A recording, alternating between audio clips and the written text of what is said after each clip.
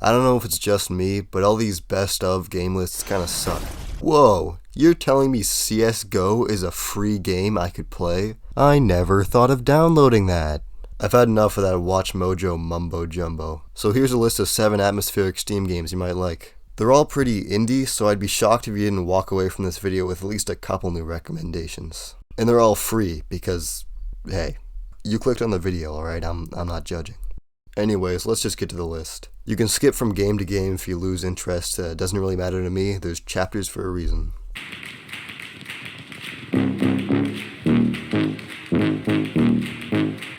We're starting off with a banger. My personal favorite game on this list, How Fish is Made. In this game you play as a sardine trying to flop your way out of a massive industrial machine. Despite the weird concept, How Fish is Made has one of the creepiest atmospheres out of all the games in this video. Within the very first dialogue interaction, you're given the choice between going up to escape or going down. This instantly sets up a feeling of dread that the game builds to. As you progress, you're thinking about if you made the right choice or what the final outcome will be, and yes, there are separate endings for each path. Visually is where the game impressed me the most. It's got graphics low quality enough to give it that creepy Mario 64 vibe, which makes traversing the machine super freaky. You're just waiting for the game to throw the next bizarre thing at you.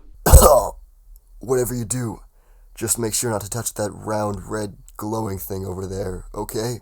Yeah, don't worry, man. It's very charming in a unique sort of way. I'm not quite sure I can think of another game that has a parasite crustacean do a vaudeville act with a fish and then have things go back to normal. Like a copepod wasn't just throwing it back on my screen a minute earlier. How Fish is Made only takes about 20 minutes to beat, but god damn it, it did its job. It creeped me out, grossed me out, and made me feel like I was having a psychotic break all in that short time period.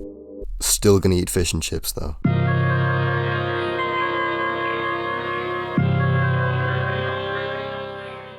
No one will care about my death if I don't prove to them that I lived. Perfect Vermin is a game where furniture is your enemy.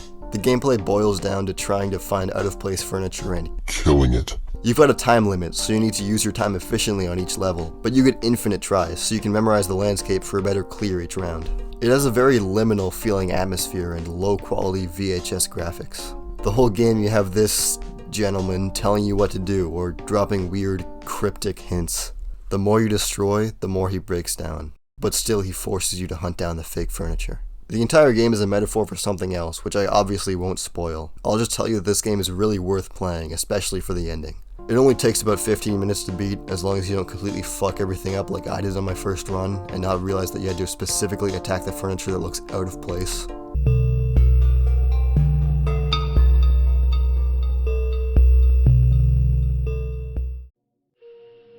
Samorost is a very simple game about a gnome in space. It's a point-and-click adventure where the main point of interest is the strange ways you get yourself from one place to the next.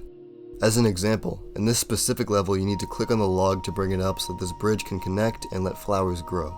Then you need to knock on this hole so that bees fly out and eat the flowers. Then you touch the light bulb head man to make him build a bridge, screw his head into a log, and now you can hit a button to bring up a little pod for your gnome man to enter. It's such a cute and aesthetically pleasing game. It uses actual pictures combined with custom backgrounds and 2D art to transform the landscapes into a point-and-click adventure.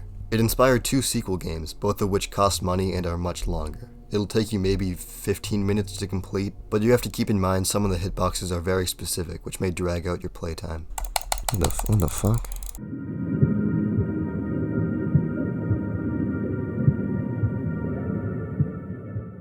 You guys know that game where you're a fish and you eat other fish?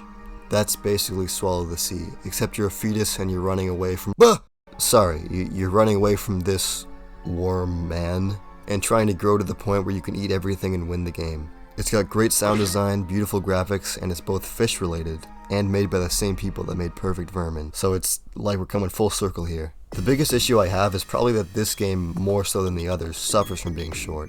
It seems like it should have a handful of levels, but just ends up being a single one, which is kind of a missed opportunity, you know? There's so many assets that went into this one 15-minute game, and if you just introduced a couple more mechanics, it could have lasted at least about an hour. Still worth a playthrough though.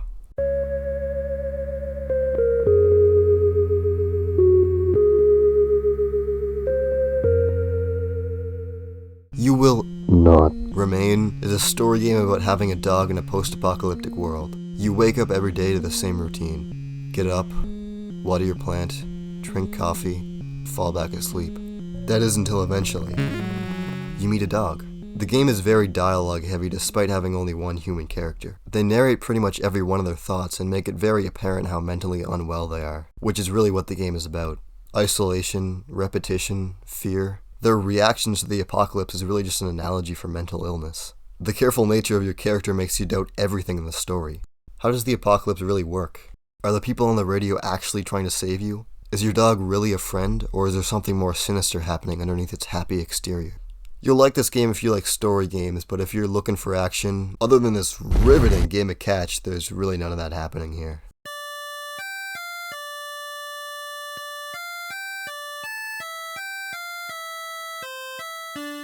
Lily's Well is a game where you hear a voice calling up at you from your well, so you decide to climb to the bottom.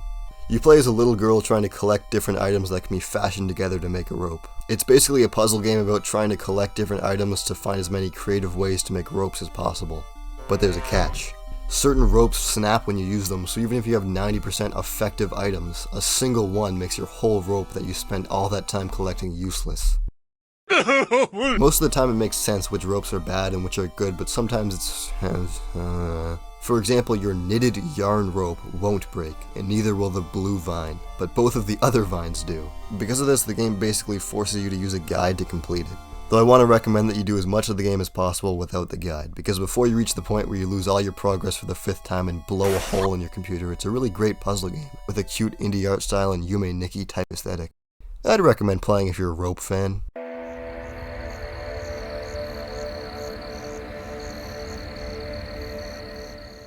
The last game I'll talk about is Almost Home Now. Have you ever walked home and felt like something was following you, so you look behind you to check, but that only makes things worse? So you speed up your walk, which only freaks you out more, and then you kick a rock and hear it bounce off the ground and go like, ah! That's basically this game, and it fucking works. You know the jump scare is coming. It's so obvious. The game literally telegraphs it a million times, and yet all that did was make every area change even more nerve-wracking. Every time I turned a corner, every time I heard a can get kicked or twig get stepped on, I was scared. The game was goddamn good at what it did and really played on some innate fears I have. It's got pretty cool 3D pixelated graphics and some creepy coloring. The only thing I will warn you about is the really wonky controls, which honestly make the game scarier but shittier to play. Oh, wow, that was the video. Something I should note is that all these games are really easy to run, even if you got a shit laptop like me. They're all available on Steam, and this video is now over.